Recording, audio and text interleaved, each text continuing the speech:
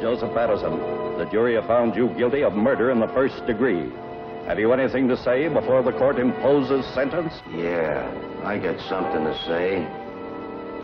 I just want to tell my friend Mr. Stoll that he's got something coming to him, and he's gonna get it.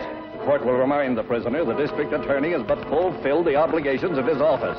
It is therefore the sentence of this court that the defendant shall be put to death during the week beginning June 2nd, 1938, in the manner and place prescribed by law. You are remanded to the custody of the sheriff. Edward Hennessy, Associated Press. This letter will admit you to the execution as required by law of Joseph Patterson to State's Prison the night of June 4th. Check? Okay. Okay, Hennessy, move on in.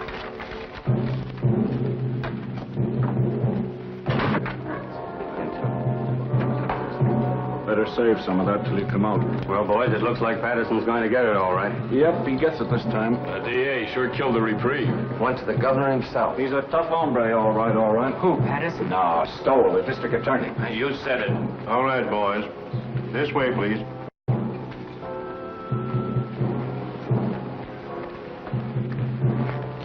Is it true that they smoke when Don't think about it, Sonny.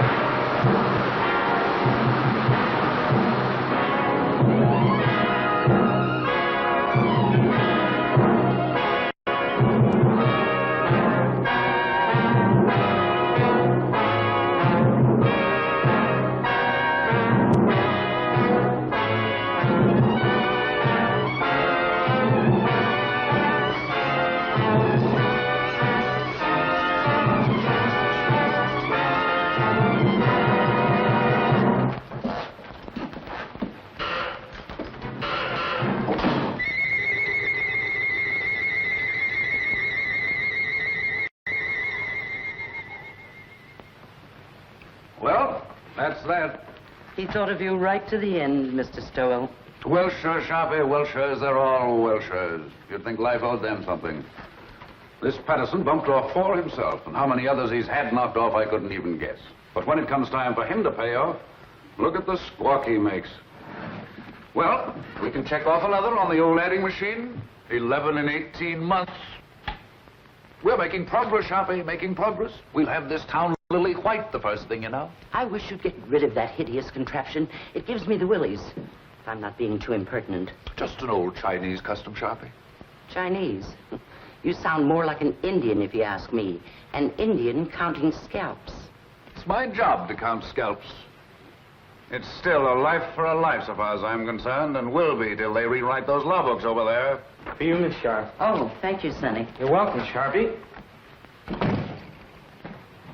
The governor returned the record of the Patterson confession. I'd like to have seen his face when they listened to it. Patterson didn't have a chance.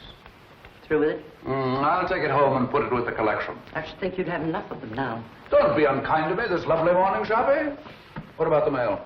Oh, nothing much. Another clipping from the Tattlers column. Another one? Not a boost this time. Or maybe it is. I never can tell about those things. Read it to me. Not at all, you gossips. Not at all.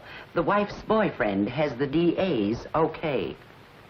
Are you suspicious, Sharpie? No. Oh, Phil's a nice youngster. And you wouldn't have me keep a lady chained up in a vault at home? Or would you? No, except that I've heard that husbands should go home once in a while. And I've also heard there's more to life than crime. You certainly keep your ear to the ground. And I've also heard that tonight, if I'm not being too impertinent...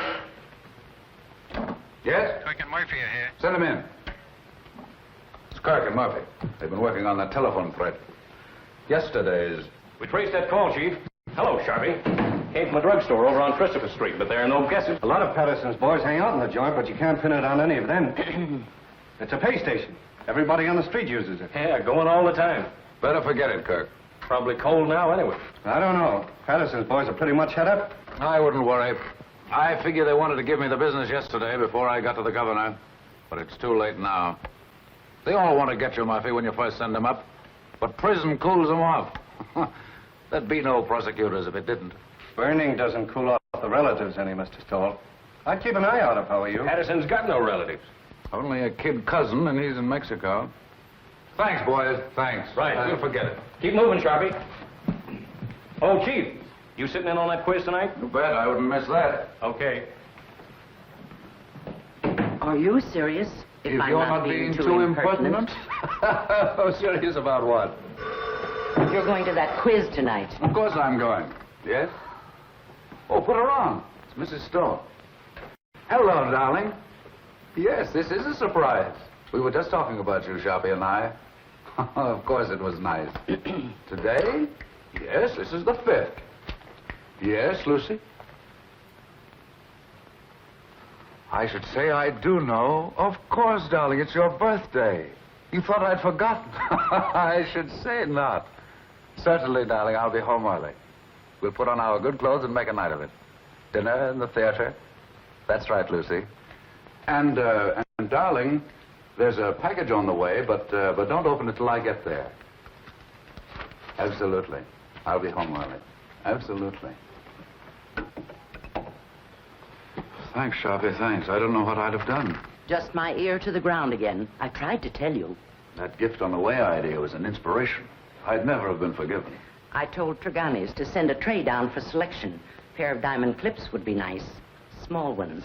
I'd forgotten completely. I'm a fine husband, I am. I'll order the flowers. Orchids, don't you think? Yes, that would be fine. I'll telephone Mr. Kirk not to expect you at the quiz tonight. Yes, I suppose I'll have to miss that. Unless you plan to be in 2 places at once. Too bad, though. I should be in on that. Are you going home or not? Yes, oh yes, I'm going home. Don't worry, Sharpie. I'm glad of that. I don't know of anybody just now who could take your place. 10, 15, 24 left to go, Sharpie.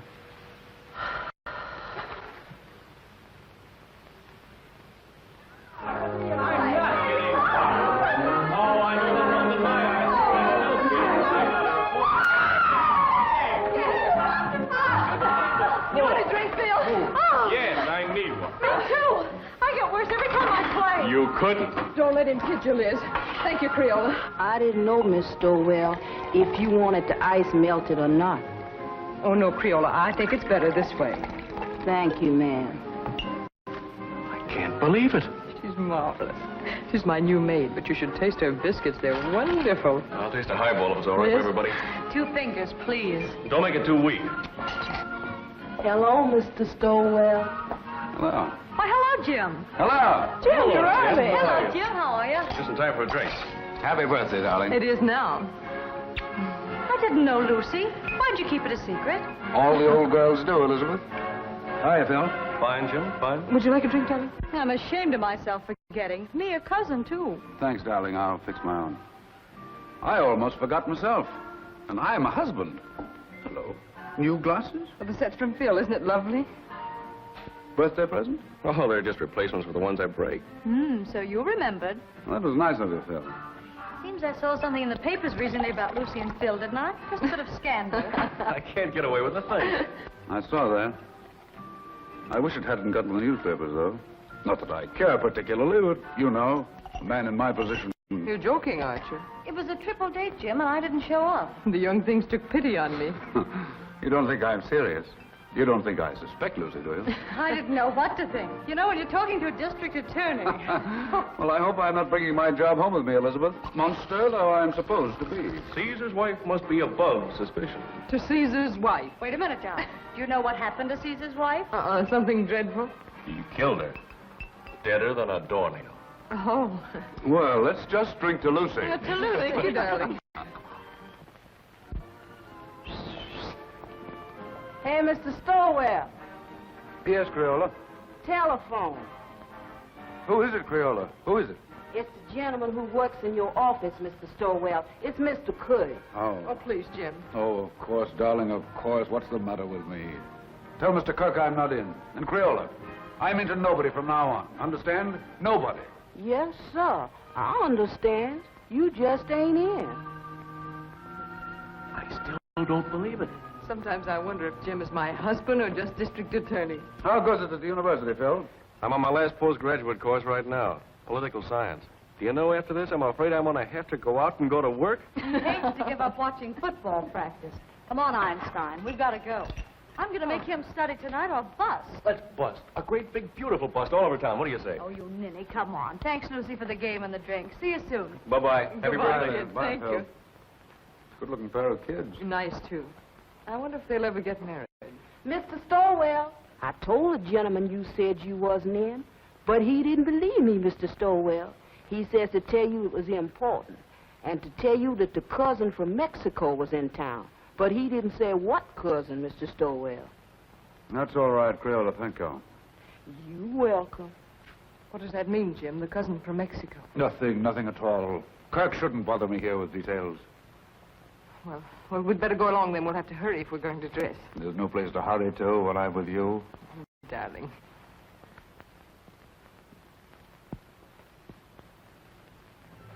These clips are so lovely, Jim. You know, I really hoped for them. Smart girl. I bet you hoped me into them. Well, don't people say that if you hope hard enough for anything, it comes true? Only foolish people, darling. Hope's a cheat, and not a very kind one. Must you be cynical tonight? Oh, don't listen to me. Hope is fine, darling. But having is so much better. Nice husband. Oh, now you make me feel uncomfortable. I've got a confession to make. The clips weren't really my idea. They weren't? No. Sharpie thought of them. In fact, Sharpie thought of your birthday. Oh, Jim. Oh, it's the awful truth. I forgot. Well, I wouldn't let it bother me. Sometimes I wonder how you manage to remember as many things as you do. And you're the only thing in the world really worth remembering. That's nicer than any present, Jim. Except I didn't remember. But someday I will. Someday I'll stack up all the things I've forgotten in one huge celebration for you. And will that be a day? This day, this nice small day is all right. Just having you home again like this is enough. I haven't been anywhere. I know, but it seems you're never home anymore. Never? Well, almost never. At first, I used to be able to console myself by saying, your husband's a great soldier. He must be off to his wars. But lately, it's been harder and harder making it work. I don't seem to be able to console myself that way anymore. I just want you with me, especially when it's getting dark. I suppose I'm just lonesome. Or maybe I'm afraid of ghosts. Just a minute, listen.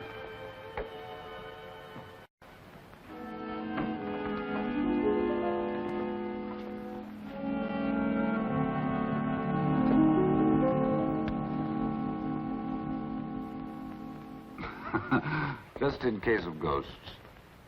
Jim, must you carry a gun even on our night out? It's nothing, darling. What the well-dressed man must wear. That doesn't sound like you, Jim. I know you're just trying to put my mind at ease, but you didn't used to joke about things like this. It's nothing, Lucy, I promise you. But it isn't nothing. When you scolded Liz this afternoon when she was joking about Phil and me, you said you didn't want to bring your job home with you. Now you are bringing it home with you. You really mean it, Lucy? Well, look, Jim, we can't even go out on a birthday celebration without your being armed. I'm sorry, Lucy. But it isn't as serious as you think. The gun has made everything sort of melodramatic. But I didn't realize that I was bringing the job home with me. Sharpie accused me of it, but I wouldn't listen. I've been wrong. I stand convicted. Pardon me, Governor, and I promise it won't happen again. But it isn't just the gun, Jim. I know, darling, it's me. It's the job. It's everything about me. Yes, Crayola? These just come. Orchid. Oh, this is my birthday. Jim, you're a darling. You're a considerate, impeccable husband. And I'm ashamed of myself for saying the things I did a few minutes ago. No, I'm caught again. Caught? Sharpie thought of the flowers, too. Oh, dear. Well, anyway, this is my birthday. I'll try to think of something original before the evening's over now.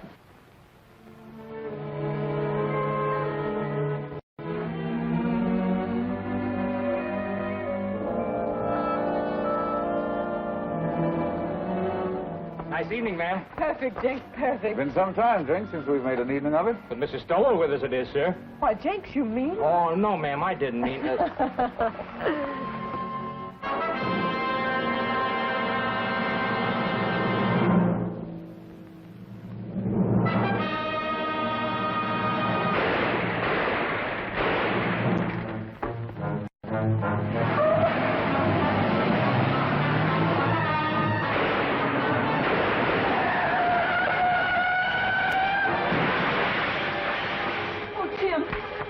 Jenks, call an ambulance.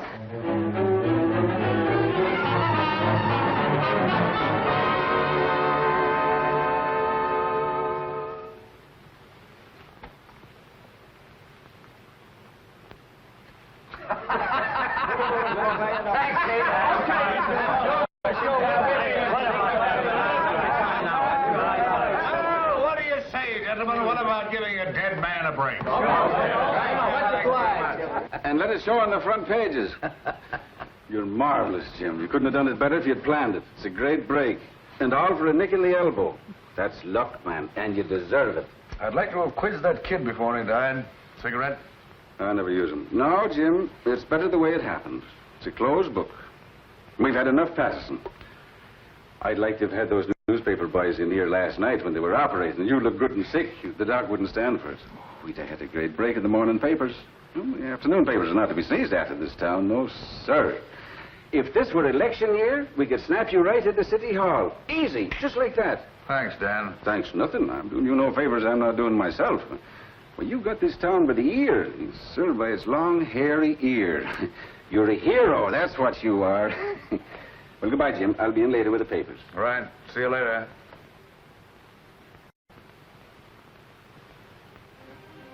They've all gone, darling. Enjoy your walk. Oh, yes, Jim. While I was walking, I did a lot of thinking. An awful lot, Jim. Bad for your complexion, darling. I heard those reporters talking coming out of the elevator. I couldn't believe they were talking about you. I overheard one of them say, the Inquisitor almost got it himself. Don't you think, Jim, that when things like this can happen, when people try to kill you in front of your own house, don't you think it's high time one of us started thinking? I've been thinking myself, Lucy. Quite a lot, too. But I mean about us, Jim. We've got to do something. Hardly ever seeing you is bad enough, but when... I know. I've become a regular headhunter, Sharpie says. Does Sharpie say that? All the time. Says I've become a maniac. Says everybody's a suspect with me. Everybody's a potential criminal. Says all I live for is convictions and executions. I never had the nerve to tell you. You didn't have to tell me. I knew it. Knew what you were thinking, too. Did you really? Really and truly. Yes? Who is it? Oh, it's Mr. Kirk. Do you want to talk? Yes, Auntie. Yes, Kirk? Fine, fine. No, I'll tell you what to do. You handle the office yourself. That's right. No, it isn't that. I'm fine. Perfect. No, Mrs. Stoll and I are going away on a trip. 3 or 4 weeks. We haven't worked it out yet. Maybe Canada, maybe California, maybe Europe. I've never had a vacation, and there's no telling where we'll end up. Thanks, Kirk. Thanks. Goodbye. Do you really mean? Absolutely. We both need a vacation, Lucy. We both need to renew our old acquaintanceship. Oh, Jim. Yeah? You know, that trip we've been saving up for our old age? Or the one we were going to take for a honeymoon and didn't? Or any of those trips we should have taken and never did. All right, darling? I can't believe it, Jim. I really can't. Will you start believing right now? Land of the midnight sun, Arabia, blue Mediterranean, in old Quebec, Australia, the Riviera. Where would you like to go, Liz? Cairo looks pretty good to me. Why not 2 weeks of salmon fishing in Alaska? I think I'd like to go to Switzerland. Very aloof, Switzerland. But it's so clean and quiet. Egypt, where I want to go. It's dark and mysterious. Oh, no. Egypt's got no sense of humor. I don't want anything dark. I want sunshine and snow and everything white and blue and glistening. Listen to me, will you? I'll be happy if we ever get anywhere. I still have to pinch myself to make sure I'm awake, and I'm very careful not to pinch too hard. I really can't believe it. I really can't believe it. A bracelet to match the lady's birthday clips. Your clips, Sharpie. How they've been gnawing at my conscience. I had to think of something myself, or I wouldn't have enjoyed a moment of the trip. So you're really going? I have to, Sharpie. I have to. I haven't been myself lately. I've been somebody else. You're not telling me anything. I've got so lately, I'm suspicious of everybody. Why, I'm suspicious of you, Sharpie. I'm even suspicious of myself. I third degree myself. I put myself on the stand. I find myself turning around quickly to see if I'm the man I think I am. What would you say to that, Sharpie? I'd say you weren't going away a moment too soon. Right, Sharpie. You're always right. So I'm going. The moment I go out of this office, I'm gone, you understand? And you don't know where to find me. Yes, Mr. Kirk. No, Mr. Kirk, he's not in the office. I see. A murder. But I'm not... I imagine it must be sensational. Of course. I know. Yes, Mr. Kirk, if you should come in, I'll have him call you immediately. Goodbye. And don't call me Sharpie. The sins you have on your soul, Sharpie. I'd run if I were you. I'm running. Thanks, Sharpie. Goodbye. Thanks. I didn't think you had that much sense. If you're I'm not being too impertinent.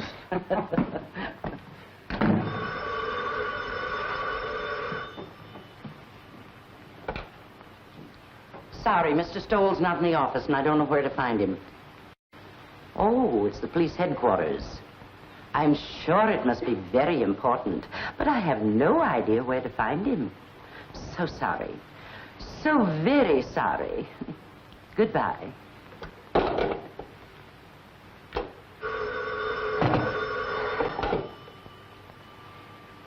Sorry, he's not here, Captain. Oh, the McAllen murder.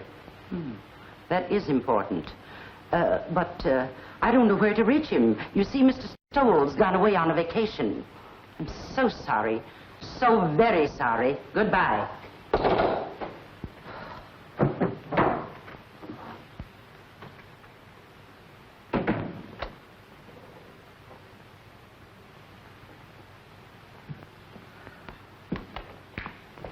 Hello, Sharpie. Where's the chief? I haven't the faintest idea. Well, I've got to get a hold of him. Dr. Shaw McAllen just shot his wife. Oh, indeed. Scoop Kirk. Well, it's the biggest thing that's broken around here in years. You know him, Sharpie, the Pittsburgh McAllens. Millionaires. He teaches up at the university. I'm sorry, Mr. Kirk, but Mr. Stowell is away on a vacation. Well, he can't have gone very far. He was here half hour ago. I know, but he was moving mighty fast. Yes, Lieutenant, what can I do for you? I wondered if you had located Mr. Stowell yet. He's gone. Sharpie says he's gone on a vacation. Oh, that's too bad. They're bringing McAllen over here. I figured Jim would want to question him. He won't open his mouth. Well, I'll question him. What did you pick up, Fred? Oh, the same old story. He was crazy about her and found her with another man. You know, I remember something about her. Didn't his family kick him out when he married her? Without a cent. Come on.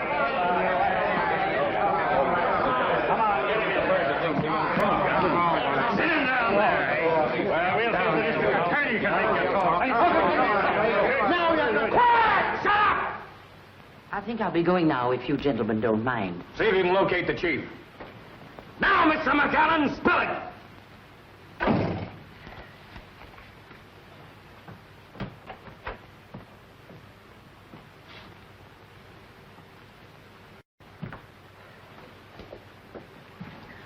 Lock up when they're all through, Pinky. And put the cat out. Okay, Sharpie.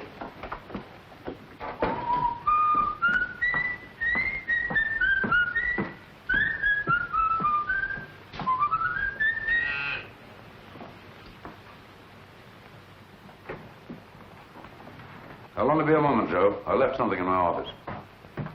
And you remember nothing, Dr. McAllen. But you shot well enough to kill. A precise, deadly shot, Dr. McAllen. Are you sure you don't remember that? Your silence has no point, Dr. McAllen. When you shot to kill, when your gun spoke, you spoke. It's too late now for silence, Dr. McAllen. You're an educated man. You know men have been shooting faithless wives since time began. No, Mr. Kirk. Just a moment, if you please.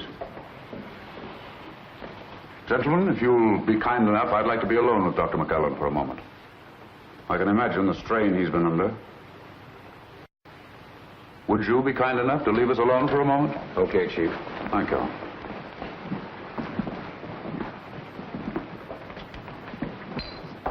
I'm sorry, Dr. McClean. We've been so inconsiderate. Sometimes my men allow their ambitions to run away with them.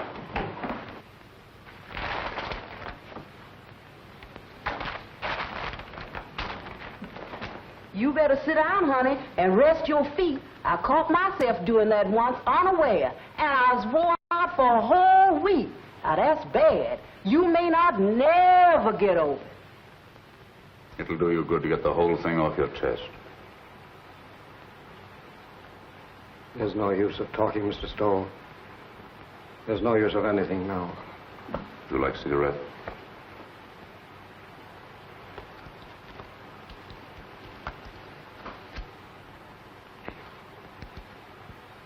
Drink? I have some very good brandy. I don't want you to talk if you don't feel like it. I just want you to know we're not monsters here. We're just human beings like yourself. They can do what they want with me.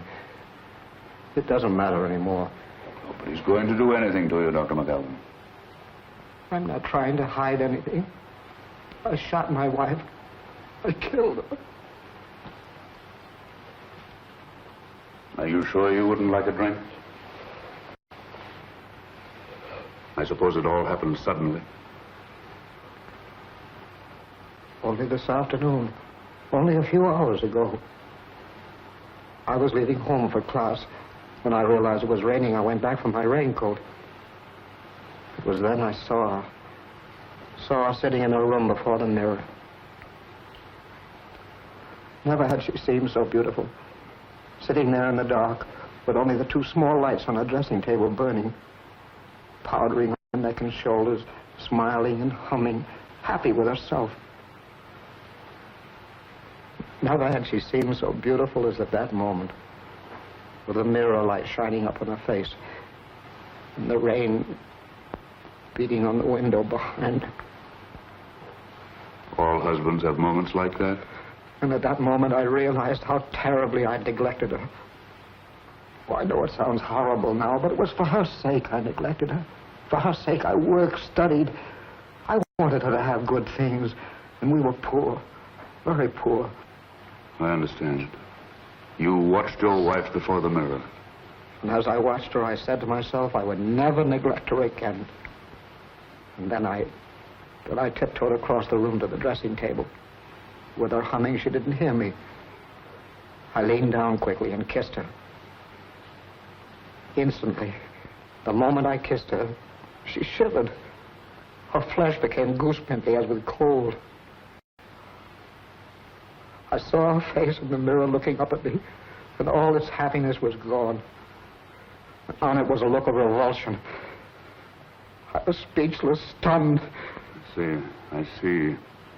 The Japanese have an expression. A woman tells the truth to her mirror.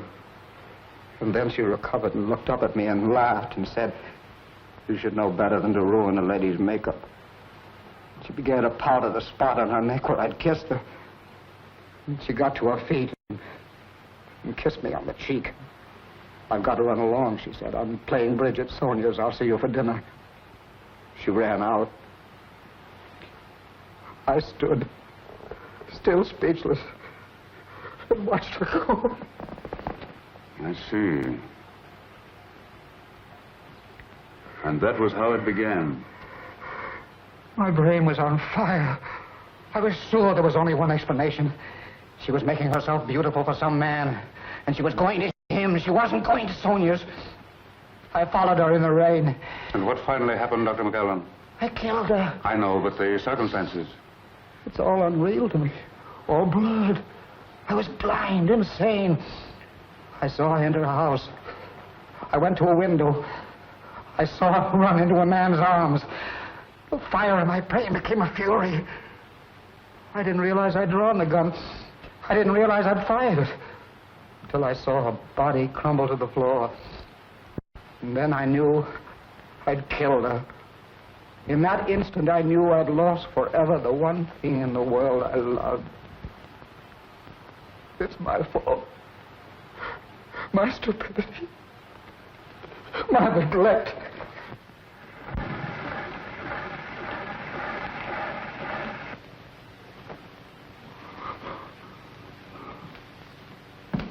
Kirk, better get him out of here. Looks as if you'll have to give him a lift. Come on, let's get going. Better have the doctor give him a shot or something. A sleep will do him good. Did you get it recorded? Yes, sir. Every word of it. It's right there. We've got a written transcription, too. They'll send him to the chair. Did you ever hear such a fairy tale in your life? The kiss before the mirror. I don't know, Chief. You know, that's the way things like that sometimes start. Oh, you should be smarter, Kirk. His emotional upset fooled you. Well, that was genuine enough. But the kiss before the mirror story, that's something else again. Wait till a jury hears it, with the proper commentary for the prosecution, I mean. You want to transfer the cylinder? No. I like it flat. I can play the whole thing through then. I think I'll take it home and lock it up. Keep this quiet. The McClean family will probably leap to the rescue with their millions now the wife is out of the way. And by tomorrow, they'll have all the legal brains in the country lined up against us. They'll repudiate the confession. They'll repudiate it, all right. But if we don't mention it, they won't worry about it. That is, until we spring it. And I have an idea something can be made of it at the right time. It's going to be a battle. I won't say a word. Oh, you wanted this. Oh, that's something else. I forgot this earlier.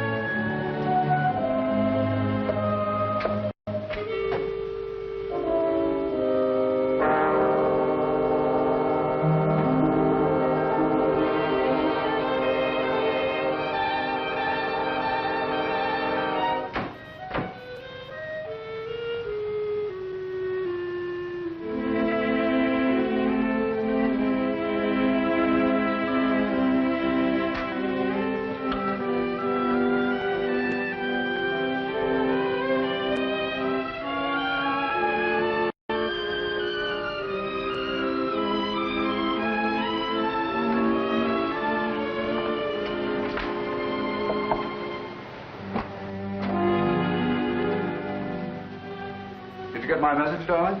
Yes, I got it, Jim. I'm sorry, terribly sorry, but I couldn't pass it up, Lucy. Yes, I imagine it'll be a sensational case. Another conviction. Oh, it isn't that. I'd be shirking my job if I went away now, believe me. That's funny. It's a kiss before the mirror. What's funny? Nothing. Nothing for your pretty ears. I was just reminded of a little story I heard today.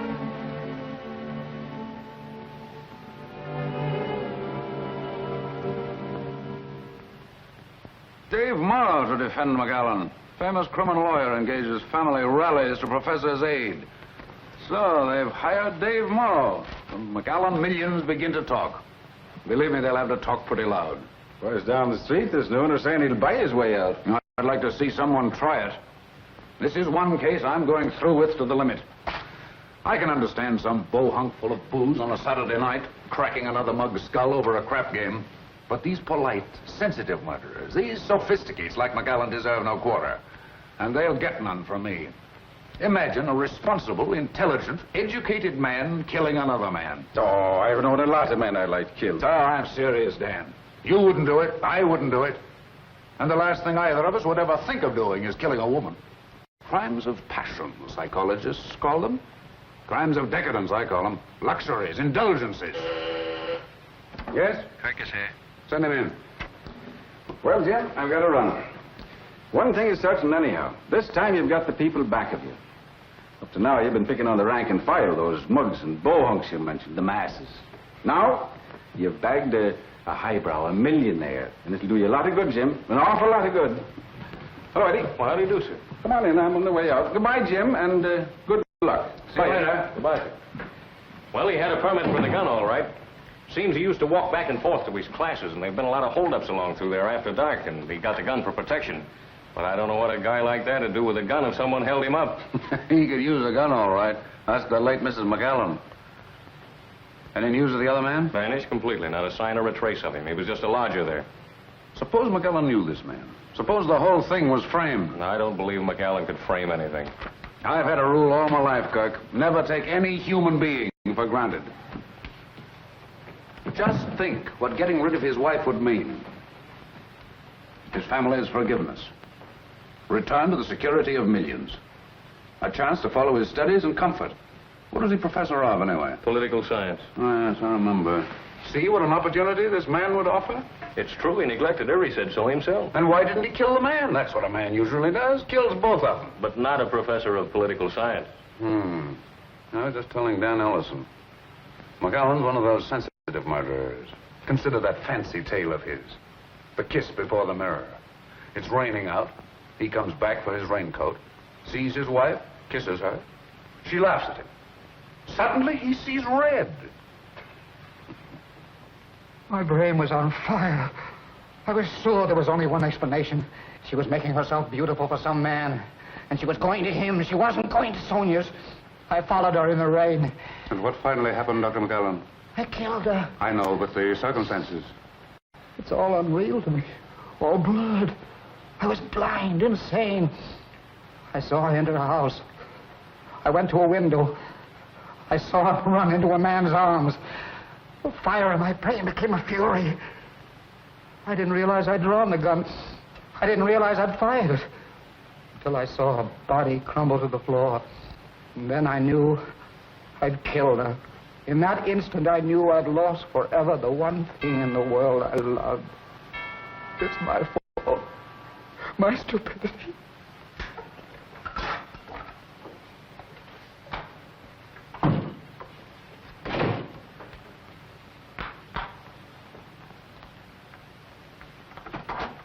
Oh, hello, Phil. Hello, Lucy. Say, what's the matter with you? You look as if you'd seen a ghost. A ghost?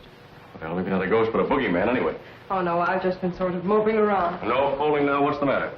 Nothing. Nothing, just these early summer evenings, I suppose. I'm afraid I'm a little weepy every now and then, Phil. I'm also afraid I enjoy it. In the first place, you shouldn't sit in the dark. And don't give me that sad business about these early summer evenings. Your trip's been called off. That's it, isn't it? That's it. Sit down, Phil. I know. It's a tough break all the way around. You know, Lucy, Dr. McClellan was my prof in political science at the university. He was a great little man. I imagine he was. He was like a child, so lovable and simple. Everybody at the university knew about his wife except him. I wonder how he came to find it out. Let's go out on the terrace. It's so close in here.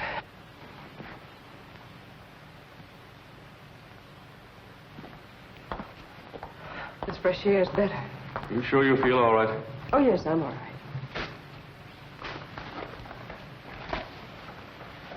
Well, it was Dr. McClellan I came over to talk about, but perhaps I better let it go. You seem to have enough bother. Oh, go ahead, Phil. I'm fine now. Well, Lucy, it's just that I'd like to see the poor gent get some sort of a break. I guess there's no doubt he shot her, but, well, I thought if Jim knew what a terrible woman she was and what a sweet little man he is, it might help. He might be lenient anyway. And I thought if you could... If I could speak to Jim? Yes, Lucy, if you could. Because I could never do it. It'd be a waste of time, Phil. Well, I thought, knowing Dr. McClellan... I know, but there's nothing you can do nor we can do. When Jim gets on a case like this, he's different. He's a stranger. His job becomes a mania with him. I don't know him. I don't understand him. I'm even afraid of him. I'm really sorry I mentioned this. Oh, I guess it isn't as bad as it sounds, Phil. Jim's always thoughtful and gracious with me. It's just that other side of it. I understand perfectly. That's a tough racket he's in. I'm sorry I bothered you.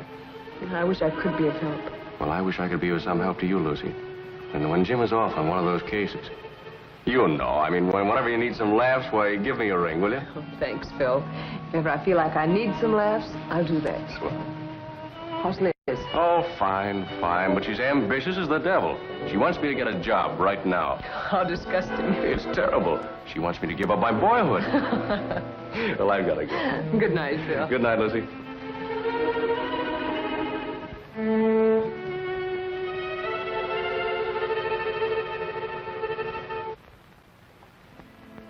Oh, I didn't know you were here, Jim. How long have you been home? Just a few minutes. Out for a walk? No, Phil dropped over. We've been out on the terrace talking. Phil likes the dark, too. Writing poetry, I suppose. Oh, no. Phil's one of our young realists. He lives a sort of poetry, though.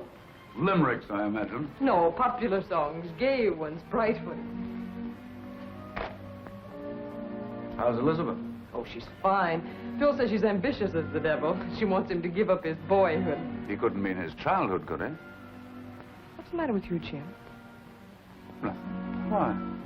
Talking like that. You like Phil, don't you? You always have. Of course I like Phil. It's just my evil nature, darling. I was so disappointed not to find you here. I'm afraid I'm old-fashioned. I want my woman in the house when I come home. What's got into you, Jim? I was here. Yes, I know. I guess it was just when I found you here with Phil, I was... You don't mean jealous, do you? No, not jealous. Envious. I envied him. I envy anybody who has a single moment of your time. I envy them your eyes, your voice, your presence.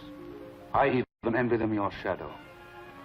Do you know the other morning when you told me of some wild dream you had that night? How you'd gone to a masquerade and I wasn't there? Do you know, I was furious.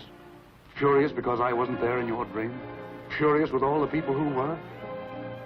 I didn't say anything about it, but it wasn't till I got to the office that I was myself again. Sharp is right, Jim. You are going crazy. With worship of you, darling.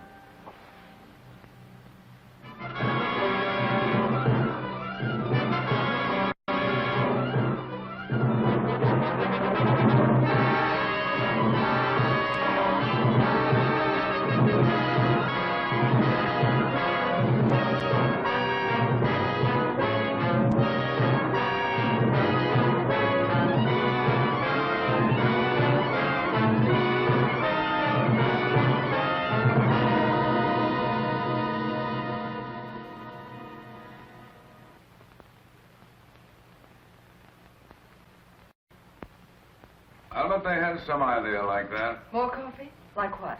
No, darling. Bribery. Using the family millions on me. I'm sure they know you better than that. Well, they're spending plenty as it is. You want another waffle, Mr. Stowell? No, thanks. You, Miss Stowell? If I ate another waffle Creole, I'd turn into one. You eat them. Oh, I can't. I was dying. A waffle or two won't make any difference. Oh, I ain't dying for my figure. I was dying for my mind. The doctor said if I didn't eat no more starch, it would take the fat off my head and I'd improve my mind. That's the telephone, Creole. Yes, I'll get it. Well, she certainly can cook. That's more than most of them can do. Hello. Yes, sir. Oh, I'm fine. Oh, that ain't no trouble at all. She's right here. It's Mr. Phil for you, ma'am. He called for you last night, but you wasn't in. Yes, Phil? Oh, you idiot. You didn't bother me at all. Yes? Oh, yes. We'll drop over later. I'll see you then. Bye-bye. Oh, excuse me, ma'am. Liz and Phil had another quarrel. I've seen it coming for quite some time. Lucy, I wonder if you'd do something for me. Oh, it's nothing, but it might be exaggerated into something. Phil is chairman of the University Committee to help McAllen, isn't he? Yes, that's one of the things he and Liz quarreled about. She said it took up too much of his time. Well, you can see, with rumors about like this, bribery and so on, it might be just as well to keep away from Phil until after the trial. You understand, don't you? It seems a little silly somehow. Appearances can be awfully important. If I sound like one of those husbands, you'll have to forgive me. Goodbye, darling. Goodbye, Jim.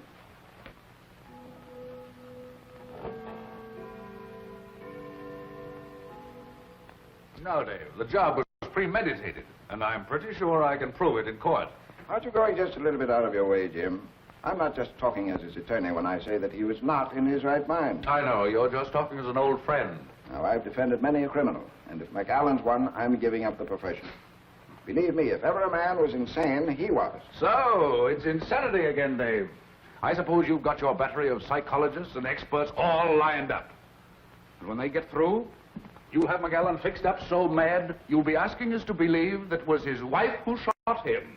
Cigarette? No. But I tell you, the man was really crazy. It's the only possible explanation. If you keep on, none of us will be responsible for anything. We'll do what we like. We'll steal, kill, anything. And if the police catch up with us, we'll just go out and hire someone as smart as you to prove us crazy. That is, if we have the money. Now, look here, Jim. I'll give up my fee in this case if you'll play ball. Change the indictment to manslaughter with a recommendation for clemency, and we'll close the case. No, Dave, can't do it. Not and run this job as I see it. A man who murders, regardless of the circumstances, is already a criminal at heart. Oh, forget the job this time. McAllen's a human being, and the most helpless human being I've ever come across. You ought to go over there and take a look at him. I get it now, Dave. You're just giving me the human interest business. No, Jim. This is no trick. I tell you, McAllen is just a man like the rest of us. A man who is madly in love with his wife and blind with jealousy. Why, what happened to him might have happened to any of us. Might have happened to me or to you. Stop your kidding, Dave. See you in court. He looks as if you'd pinned his ears back. Well, that looks fool you, Kirk. Mara's a tough and wily gentleman. We've got a fight on our hands. Choppy, will you send 24 long-stemmed roses to Mrs. Stoll right away? White ones. Any card? Any special sentiment? No, just for me. They're conscience flowers. Are you sure 24 will be enough? 24 will be plenty. Here's Kirk. Mara's going to be tough. But I'll send his psychologist and expert screaming back to Vienna when I get through with them. Wait till I spring that confession. A kiss before the mirror.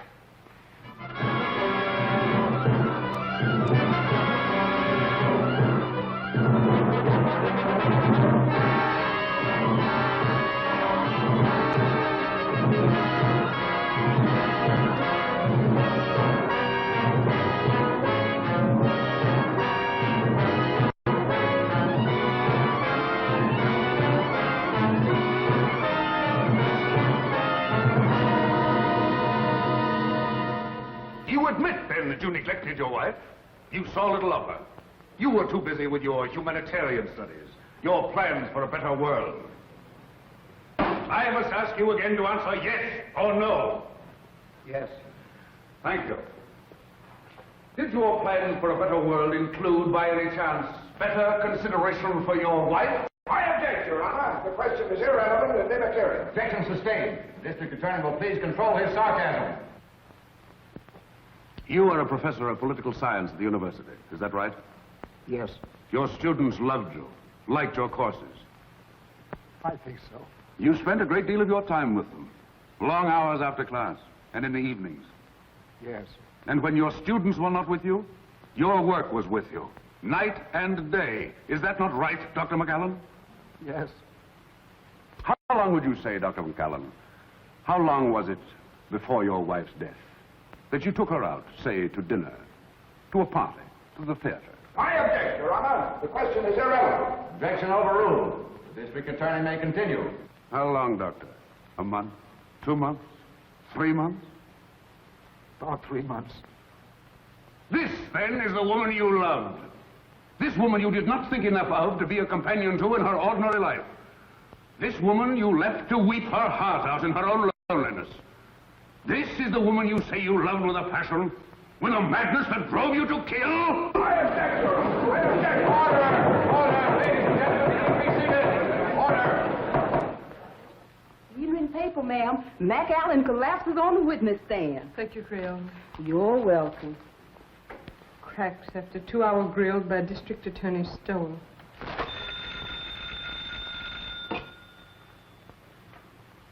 Hello. It's the telephone, ma'am. Who is it, Creole? It's for you, ma'am.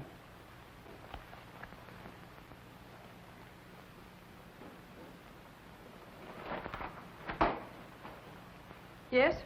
Oh, yes. Oh, yes, I'll be over as soon as I can.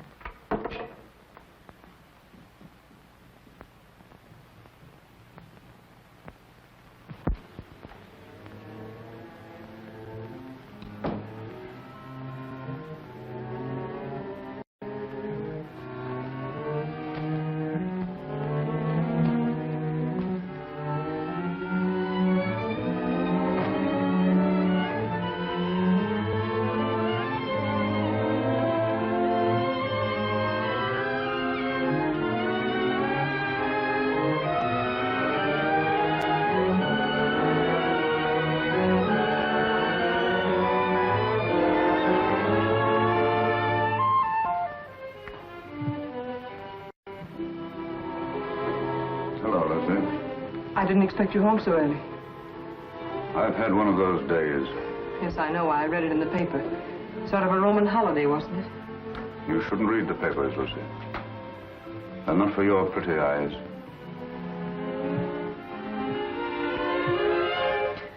Jim. What's the matter, Lucy? Nothing, Jim. I have to go to Elizabeth's for a few minutes. I wish you didn't have to go out tonight, Lucy. I'm sorry, Jim, but I have to. I'll be back before dinner.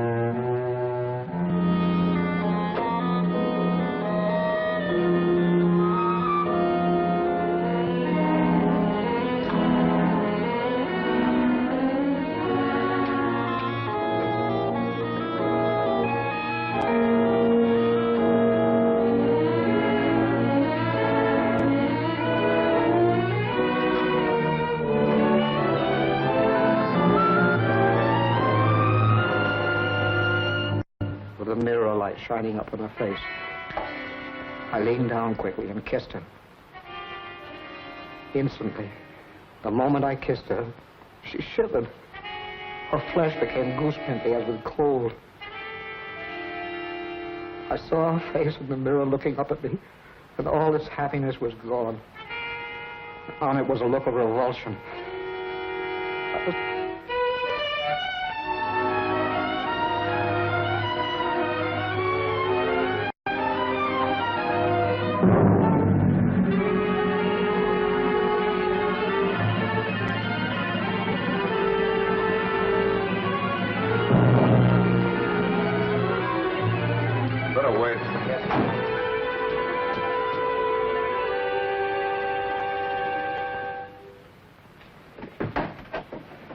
Why, Jim. Hello, Elizabeth. Is Lucy here? No, Jim. Why? Is something the matter? No, I just wanted to speak to her. I'm sorry to have bothered you, Liz. It's nothing. Well, come on in, Jim. I expect her. I'm waiting for her now. No, thank you, Elizabeth. I've got to go along. I just wanted to say something to her. See you later.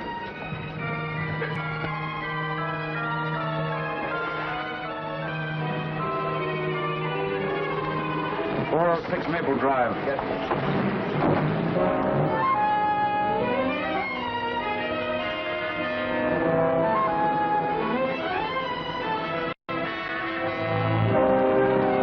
You want me to wait here for you, mister? No. You better not wait.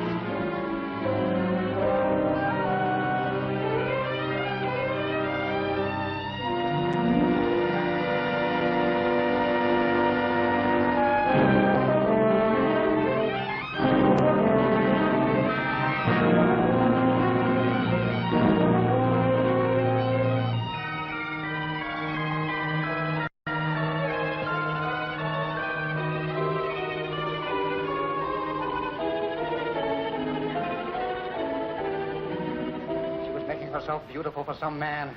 And she was going to him. She wasn't going to Sonia's. I followed her in the rain. It's all unreal to me. All blood. I was blind, insane. I saw her enter her house. I went to a window. I saw her run into a man's arms. The fire in my brain became a fury. I didn't realize I'd drawn the gun. I didn't realize I'd fired it. Till I saw her body crumble to the floor. Then I knew I'd killed her. In that instant, I knew I'd lost forever the one thing in the world I loved. It's my fault. My stupidity. My neglect.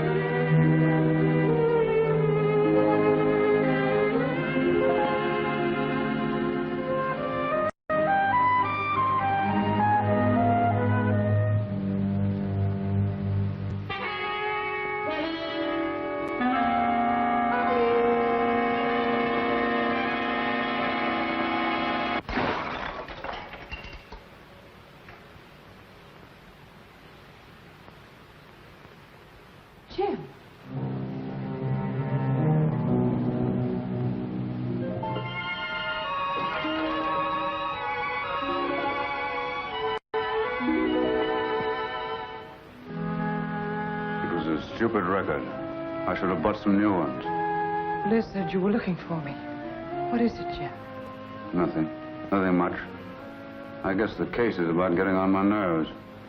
I simply wanted to tell you that I wouldn't be at home tonight. I'm staying in town. Oh, I see.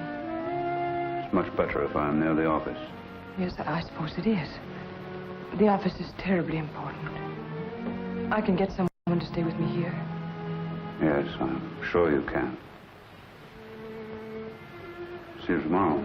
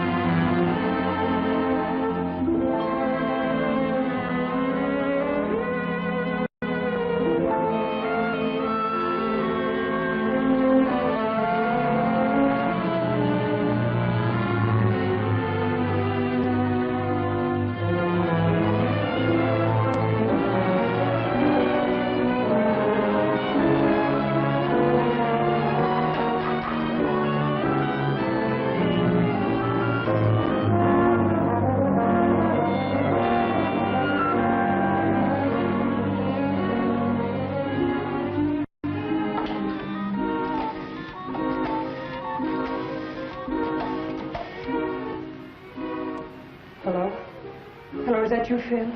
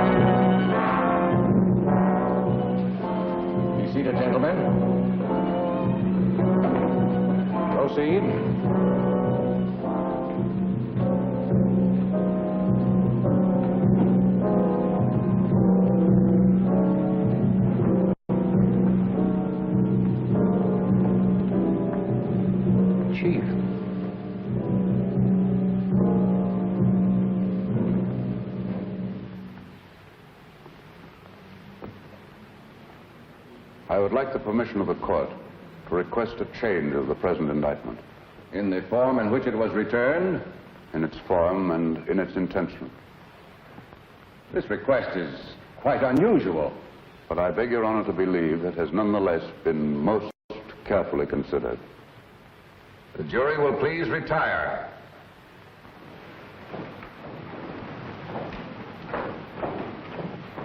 What's the matter with Stoll today? Can't figure it out, unless he's got a new act. He looks as if he's ill. Oh, I do hope nothing's happened to him. This is the only day I can come.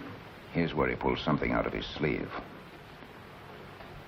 The state has come to the belief that the indictment of murder brought against the defendant in this case was not fairly and justly conceived. The attorney for the state has come to the belief that he acted without premeditation. If it please the court, the state recommends that this indictment of murder be amended to a charge of manslaughter.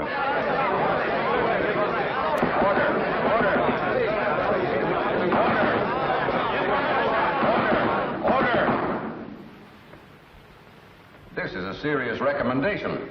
May the court ask what consideration led the attorney for the state so to change his conviction? An unusual consideration.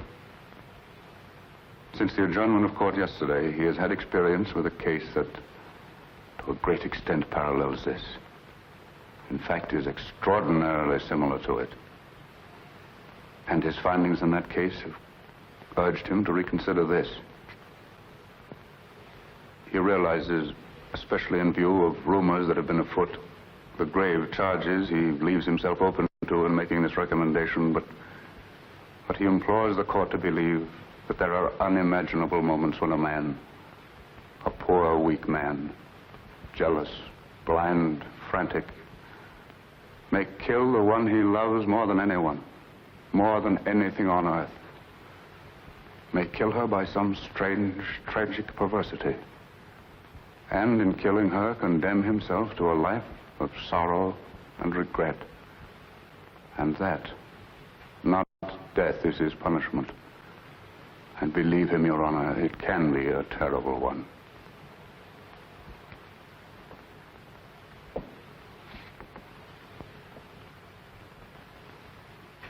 I see. I see. Please have the jury returned. The McAllen murder trial was startled into an uproar today by District Attorney Stowell. In a scene of unprecedented excitement, the McAllen trial came to an abrupt and dramatic close today. District Attorney Stowell asked the court that the first-degree murder charge be withdrawn. Well, it looks as if you're finally getting away on that trip, Mrs. Stowell. Something like that, Jenks.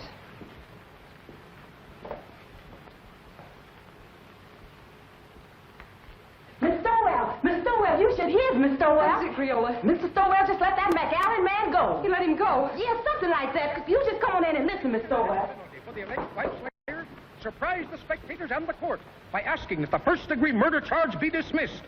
The jury, following Judge Forbes' instructions, immediately returned a verdict of manslaughter with a recommendation for clemency. The penalty calls for from 10 to 20 years.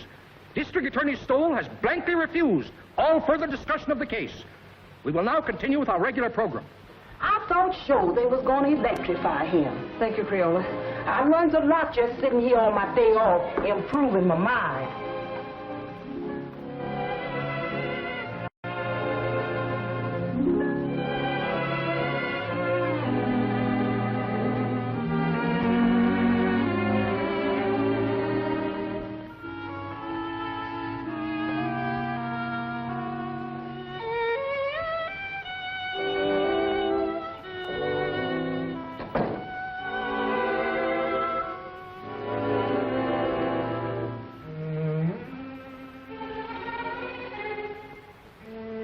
I saw Jenks outside. I know it's too late for regrets, Lucy. I've been mad. Mad. There's no other word for it. No other explanation of my selfishness and stupidity. You've always been generous, Lucy. And before you go, I'm going to ask you one last great kindness. Won't you let me start all over again? Not here in this house. Not as your husband. Not even as an old friend, but just as if we'd only met. Strangers, meeting for the first time. Like that first snowy day in New Haven. And let me try to win you back. I don't know, Jim. When you walked out last night, it seemed that your job, the prosecutor, had won. Believe me, Lucy, I didn't know. I didn't realize what had happened between us until yesterday when I saw you sitting before the mirror. When you kissed me? Yes, when I came home. I hated you then. I just read your cross-examination of McAllen and how he collapsed on the witness stand. And you seemed to me more of an executioner than an attorney. I know. I understand, Lucy. And afterwards, when you left the room, I realized the truth for the first time. Hello, folks. I want you all to meet the young lady's husbands. We were married before breakfast. Oh, Liz, I'm so happy. I don't know what I'm crying for. Come here, bride. Kiss Mr. Stowell. After all, it was his wife that did it. That's right, Jim. He was really going to run out. Don't I know? When I was over there last night, he had his bags all packed. My bag, you mean? All the happiness in the world, Elizabeth. Thanks, Jim. I don't have to wish you happiness, Phil. You have it. Thank you, Jim. I hate to admit it in front of two women, but I think you're right. Thank you, sir. Oh, Jim, isn't there a bottle of wine on ice? Not now, Jim. Save it until we get back. Come on, Victim, we've got to run. On to Niagara Falls. To Niagara Falls? Phil insists. He wants to be different. We're going to drive up in the flivver, and I tied the tin can and ribbons out all by myself. And he's made one of those just married signs, too. Didn't I read somewhere about the bridge over the falls being done? Well, we can still send postcards. That was a marvelous thing you did today. You're a great man, Jim. Hardly. I just came to my senses, that's all, Phil. Well, come on, Liz. We've got to be moving. Well, goodbye, Phil. Goodbye, Jim. Goodbye, Lucy. Goodbye. Good luck. Thanks again, darling. Forget it. Ring us up when you get back. Come on, Mama. We got to go. Don't call me Mama. I don't like it. Well, you better get used to it. Hello. It's the telephone, Mr. Stowell. Who is it, Creola? It's that Mr. Allison from the office, and he said it was most urgent. No, Dan. Oh, I've had enough of the job. Enough for a while, anyway. That's right. No, I won't do it. No, I'm not resigning, Dan. The job's all right. The trouble's with me. I've just got wise to myself. But, Jim, the newspaper boys are packed outside, and there's some pretty nasty talk going around. Yes, bribery. The McAllen millions, you know what I mean. Let them talk. Let them investigate. Let them do what they like. I'll take care of them all when I get back. Let me talk to Sharpie. Yes, Mr. Stowell. With the greatest of pleasure.